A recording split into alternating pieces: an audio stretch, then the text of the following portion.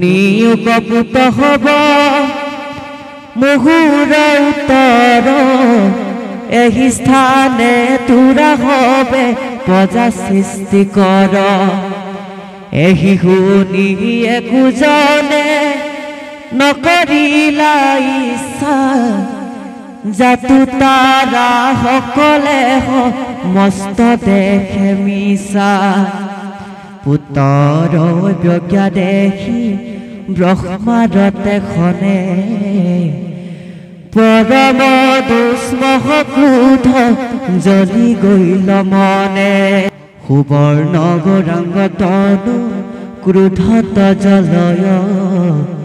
মূৰ্তিমন্ত অগ্নি যেন প্ৰকাশ কৰয় ৰাতুল চৰণ দুই হৃদয়ে উদয় হুক মুখে ৰোক ৰাম কৃষ্ণ বাণী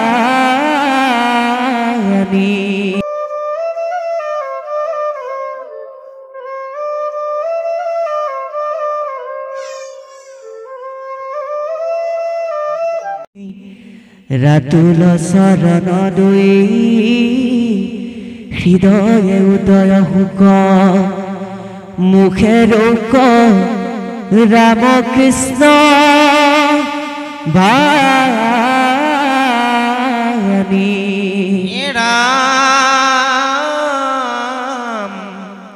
ভাৰতে মনুষ্য কায় লভিয়া বঞ্চিত ভইলু তোমাৰ ভক্তিতে মই পাপ হে বন্ধু যদুৰায়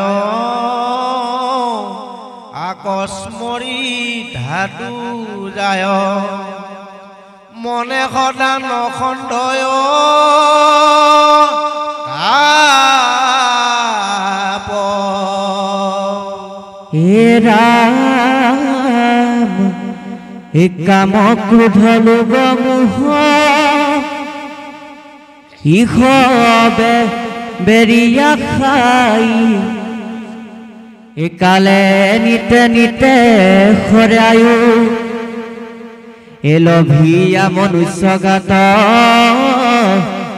কিশোৰ নভৈল পাত্ৰ গৈল প্ৰায় ইটো প্ৰাণ বন্ধু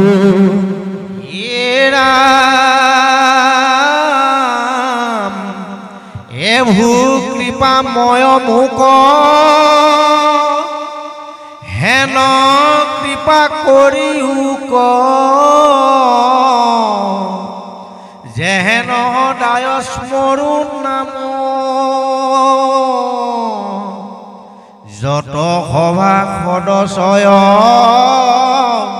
পৰি হৰিলাজ হয় ডাক চাৰি বুলা ৰাম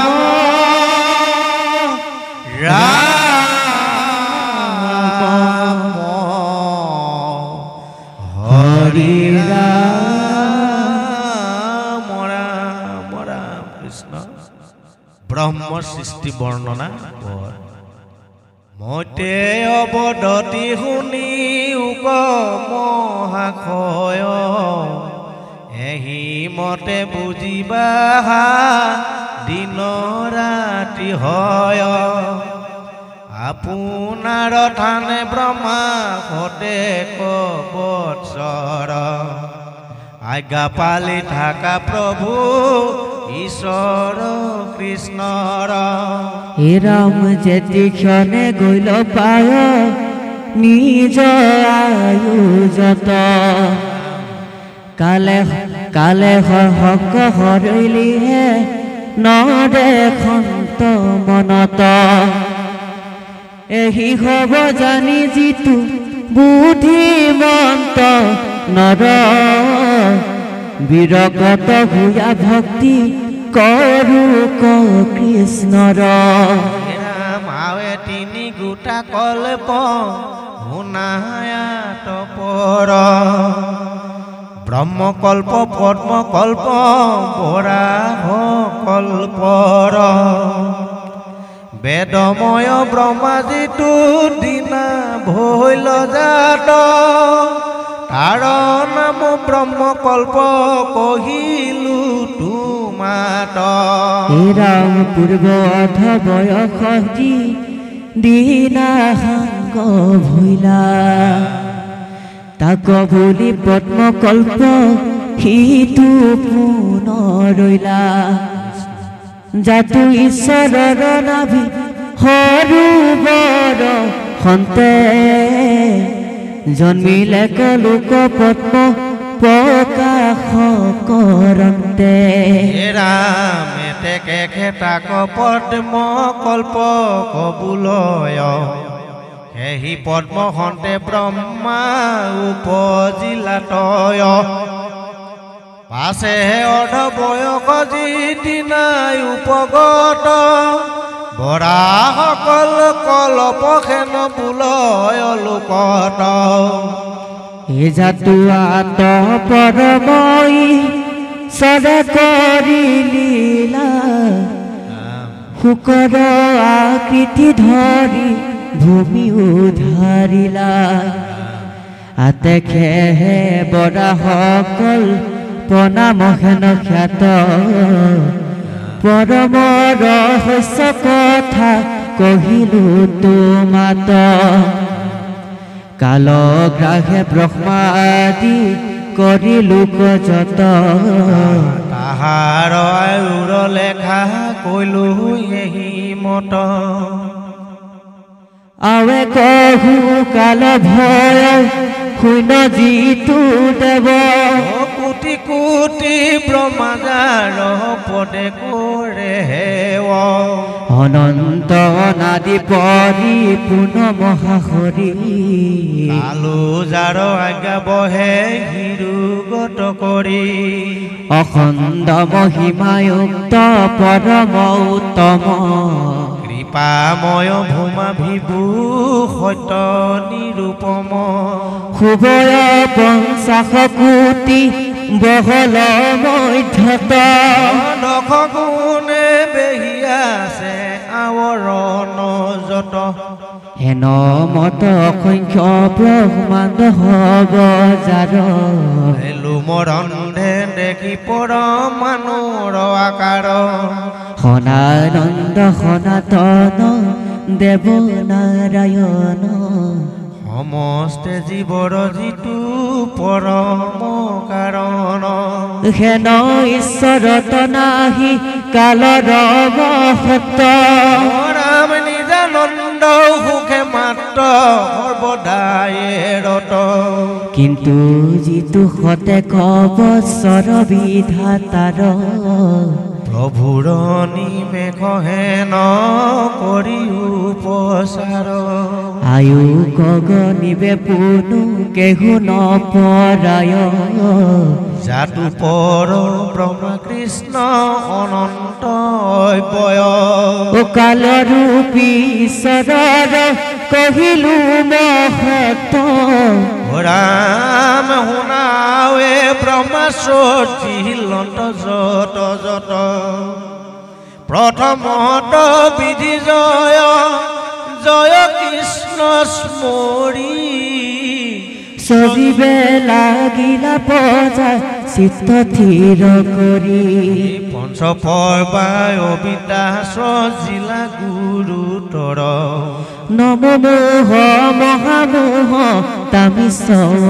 পৰ অনতামিছহমে এহি পানছয় তাসম্বাৰ লক্ষ্য নহো নিয়ু মহাশয় স্বৰূপক পাহৰায়ে তম নাম জাৰ মুখে দিয়ে হাদিৰ কৰা বয় অহংকাৰ ৰামে মহামোহে ভোগাদিত ঈশ্বৰ জন্মায় ভোগপতি স্নেহতে তা মিশ্ৰ ক্ৰোধ হয় বিষয়ত নাখে বোলে মই গৈলো মৰি এইটো আমি চন্ধ জানা নিষ্ট কৰি এই পঞ্চ পৰ্বাই অবিদ্যাক প্ৰথমে সজিলা পাপী সৃষ্টি দেখি মনে ভাল নমানিলা পাছে ঈশ্বৰত ধ্যান শুদ্ধ কৰি মন সেই দৈব্য মানে সজি লন্ত চাৰিজন সনক সনন্দ আৰু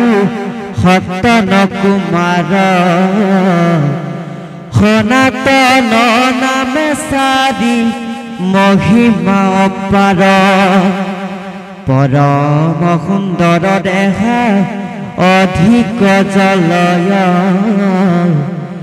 মধ্যাশ কালৰ যেন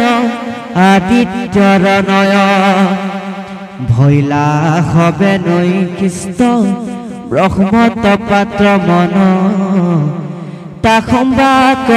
দেখি ব্ৰহ্মা বুলিলা বচন শুনি উপকৃত হব মুহুৰ উত্তৰ এই স্থানে তোৰা হবে প্ৰজা সৃষ্টি কৰ এই শুনি একোজনে নকৰিলা ইচ্ছা জাতু তাৰা সকলে মস্ত দেখে মিছা পুত্ৰৰ অজ্ঞা দেখি ব্ৰহ্মাৰতে খনে পৰম দুষ্মহ ক্ৰোধ জ্বলি গইল মনে সুবৰ্ণ গৌৰাঙ্গ তনু ক্ৰোধত জলয় মূৰ্তিমন্ত অগ্নি যেন প্ৰকাশ কৰয়